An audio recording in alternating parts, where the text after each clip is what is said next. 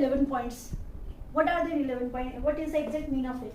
It means मैं आप लोगों को सबको बता दूं फर्स्ट ऑफ ऑल कि आप लोग काफ़ी समय से जुड़े हैं, पर मैं इस तरह से क्लासेस नहीं लेती हूँ, तो नो डाउट टेलीग्राम चैनल काफ़ी समय से एकदम रुका हुआ है।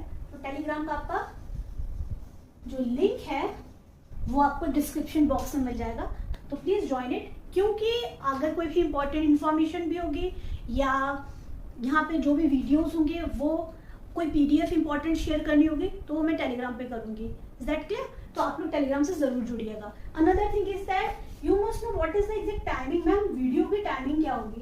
तो टाइम हमारा रात के 9 बजे तक आपको वीडियो मिलेगी, ठीक है? रात के 9 बजे तक आपको वीडियो मिलेंगे। Another thing is that ma'am कौन से टाइम? तो पहले हम लोग एक छोटा सा टास्क रखते हैं, मंडे टू फ्राइडे ये टाइम पे आपको वीडियोस मिलेंगे। उसके बाद हम आगे मैं आपको सैटरडे के लिए बता दूंगी, फ्राइडे को, कि हम लोग क्या करेंगे सैटरडे को, ठीक है? सैटरडे संडे के लिए हम बाद में बात करते हैं। So Monday to Friday. Next figure of speech is hyperbole. इसको हाइपरबोली भी बोलते हैं और इसको हाइपरबोली भी कई कई जगह बोला जाता है, पर हाइपरबोली जो करेक्ट प्रोनाउंसिएशन है उसकी इस तरह से बोला जाता है। क्या होता है हाइपरबोली? हम कोई भी बात को बहुत बढ़ा चढ़ा के बोलते हैं, सिंपल सी चीज़ें बहुत बड़ा बढ़ा के बोलते हैं। जैसे अगर हैमलेट में भी बोला गया था ना कि मैं जितना ओफेलिया को प्यार करता हूँ, हैमलेट बोलता है जब वो गुजर जाती है, मतलब जब वो सुसाइड कर लेती है, जिस तरह से बताया गया था। मैं उसके जितने भी भाई हैं, उसका एक भाई था, उसके लिए वो कंपैरिजन करके बताता है कि उसके कितने, उसके हजारों भाई हो जाए, लेकिन मैं जितना प्यार करता हूँ उतना प्यार कोई नहीं कर सकता। Things are shown. थिंग्स में बहुत डिफिकल्ट मेरी कोशिश रहेगी कि मैं आपको बहुत सिंपल डेफिनेशन लिखूं, बहुत ज्यादा डिफिकल्ट डेफिनेशन नहीं लिखूं, सिंपल लैंग्वेज में आपको सिखाऊं। Things are shown as greater or smaller, better or worse, किसी भी तरह से, then they are। जो एक्चुअल चीज है उसको बहुत ही एग्जैजरेट करके बताया जाता है, बहुत ही ज्यादा छोटी सी चीजों को उसको बहुत बढ़ा चढ़ा के बताया। देखते हैं example. I have told you a million।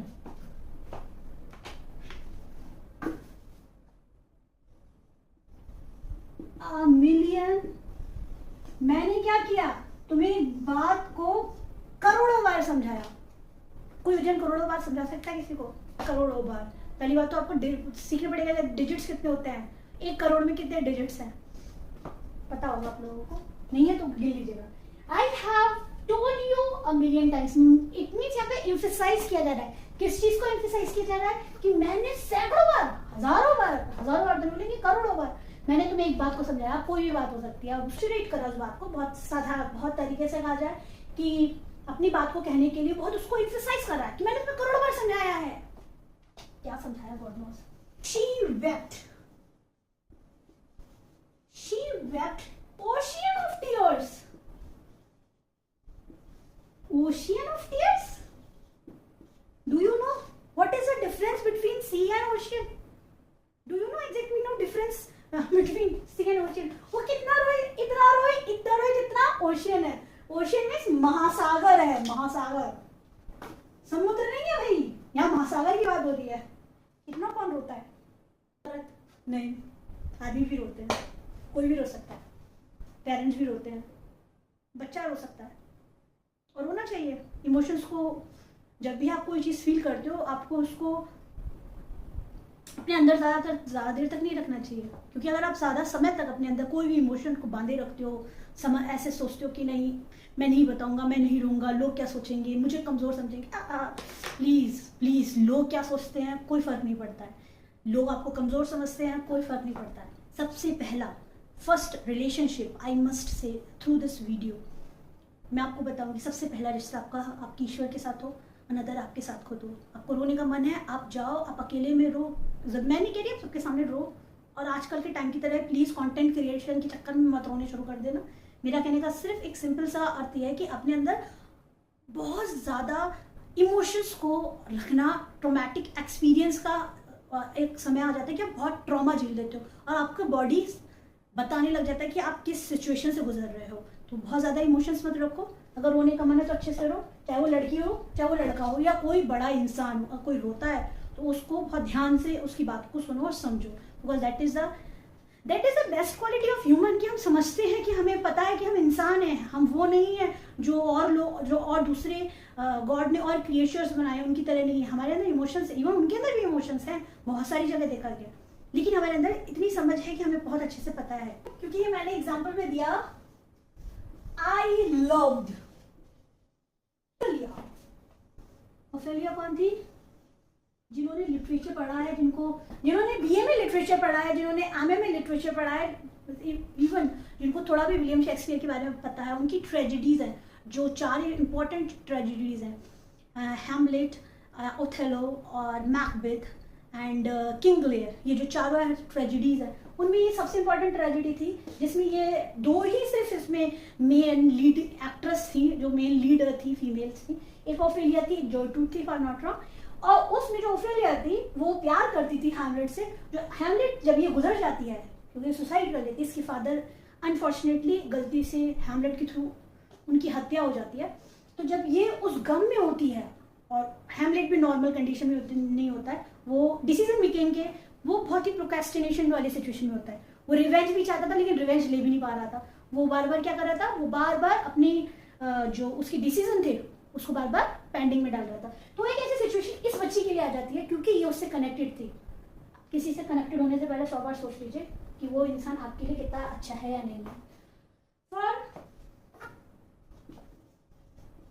1000 brothers,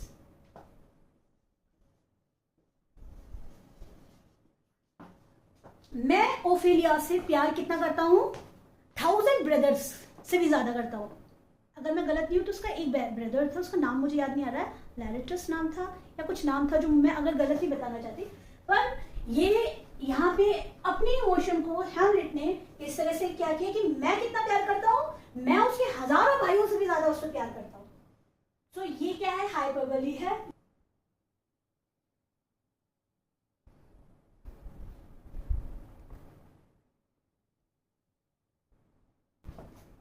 And today's last figure of speech is apostrophe. Apostrophe, it is not a punctuation. ध्यान रख से सुनिए, जैसे apostrophe punctuation में यूज होती है, जिसमें हम लोग इस तरह से यूज करते हैं, इसमें भी यूज करते हैं, ऐसा नहीं है, लेकिन हर जगह नहीं करते हैं। ये क्या है? it is which there is direct address to the dead. कोई भी व्यक्ति, मतलब डायरेक्ट एड्रेस किया जा रहा है किसी को, डायरेक्ट किसी के बारे में बात की जा रही है जो जिसकी मृत्यु हो चुकी है, और टू द एब्सेंट, और अगर कोई जो नहीं है, एट प्रेजेंट नहीं है, उसके बारे में बात की जा रही है। डेथ कम सून। अब यहाँ पे मृत्यु को डायरेक्टली एड्रेस किया जा रहा है, मौत के बारे में बात की जा रही है कि जल्दी आओ, बताया जा रहा है come soon. Milton, thou shouldn't be living at this hour, ये इट मीन्स शुड होता है। ये पुरानी जो आज से जो पुरानी जो लिटरेचर है उसमें इस तरह से ही वर्ड यूज करते हैं। And what is the meaning of thou? It means you. मतलब मिल्टन से कह रहे हैं, कौन कह रही है? William Wordsworth, not William Shakespeare. If I spoke William Shakespeare, so I am sorry, because ये विलियम वर्ड्सवर्थ ने कहा है। यहाँ पे एड्रेस किया जाए मिल्टन को, जो कि जिंदा नहीं है। ध्यान से सुनिएगा, मिल्टन, यहाँ पे जॉन मिल्टन की बात हो रही है। Thou should be living at this hour, वो ही बात कर रहे हैं। कौन? विलियम वर्ड्सवर्थ, जो कि मेरे फेवरेट बहुत ही अच्छे पोइट हैं। इन्होंने नेचर से बहुत रिलेटेड बहुत काम किया है, और ये कहते हैं कि तुम्हें होना चाहिए था। क्यों होना चाहिए था? क्योंकि जॉन मिल्टन प्यूरिटन एज को बिलोंग करते थे और बहुत ही मॉरली और स्पिरिचुअली बाइबल से रिलेटेड चीज़ों में इन्वॉल्व थे, और इस वजह से वो ये कहते हैं कि तुम्हें इस समय होना चाहिए था। क्यों होना चाहिए था? क्योंकि इंग्लैंड मॉरली काफ़ी ज़्यादा गलत चीज़ों में इन्वॉल्व हो गया था, और वो चाहते थे कि अगर तुम होते तो पहले के टाइम में लोग पैम्फलेट्स लिखते थे और लोगों तक पहुँचते थे पैम्फलेट्स। मैंने एक शो में देखा था, उसमें मुझे नाम नहीं शो के बारे में पता मुझे एग्जैक्ट, पर वहाँ पे वो पैम्फलेट्स लिखे जा रहे थे, और वो पैम्फलेट्स पहुँचते हैं जैसे हमारे यहाँ न्यूज़पेपर पहुँचते हैं। जिनको न्यूज़पेपर पढ़ने की आदत नहीं है वो प्लीज़ बनाइए, क्योंकि इंग्लिश की न्यूज़पेपर हो या हिंदी के न्यूज़पेपर हो, एक तो आपकी रीडिंग अच्छी होगी, ऊपर से आपको अगर आप इंग्लिश की न्यूज़पेपर पढ़ते हैं तो आपकी उससे एक तो राइटिंग लिखने का एक तरीका आपको बहुत अच्छे से आएगा, साथ के साथ आपको डिफिकल्ट वर्ड की भी नॉलेज हो जाएगी। और वोकैबुलरी तो मैंने कंप्लीट करा दी है इस चैनल के ऊपर। तो ये बात ध्यान रखिएगा, वीडियो को लाइक शेयर और सब्सक्राइब कीजिएगा। ये जो काम मेरा है वो मैं कर रही हूँ, जो काम आपका है वो आप कर दीजिएगा, जिससे मेरे चैनल की ग्रोथ हो और साथ के साथ सही लोगों तक चैनल पहुँचे जो लोग पढ़ने वाले बच्चे हैं। और टेलीग्राम में ज़रूर ज्वाइन हुइएगा। अपने सुझाव के लिए मैं आपको जैसे बार बार बोलती हूँ ज़रूर दीजिएगा। अपने एग्जाम्पल्स जहाँ पे मैंने आपको ये 4-5 ये जो सिखाए हैं, जैसे सिम्बली मेटाफर और हाइपरबोली सिखाया, एलिट्रेशन सिखाया and personification and last this one, तो आप लोग एग्जाम्पल अपनी तरफ से भी डाल सकते हो। This is the last topic और ये आपको पूरा वीडियो है। अगर आप लोगों को स्क्रीनशॉट लेना है तो स्क्रीनशॉट ले लीजिएगा। वैसे आपको बहुत ढेर सारे अलग अलग आपको मिल जाएंगे ये सब चीज़ें, ऐसा नहीं है, आजकल रिसोर्सेज बहुत ज़्यादा हैं। तो आप लोग वैसे मैं इसको टेलीग्राम पे शेयर करूँगी, तो टेलीग्राम ज़रूर ज्वाइन कीजिए, इंपॉर्टेंट। मैंने वहाँ पे टीजीटी पीजीटी का सिलेबस भी शेयर किया है। और अगर आप लोग न्यू हैं तो चैनल को सब्सक्राइब कीजिएगा। एजुकेशनल जो बच्चे पढ़ रहे हैं उनको ज़रूर शेयर कीजिएगा। आप लोगों को अपने सुझाव दीजिएगा। ये जो आज मैंने काम करा है और एग्जाम्पल्स भी इसमें डाल सकते हैं। एंड कल आज की रात को 9 बजे ही मैं आपको नए दूसरे जो और फिगर ऑफ स्पीच है उनको सिखाऊंगी। By the time, take care and good night.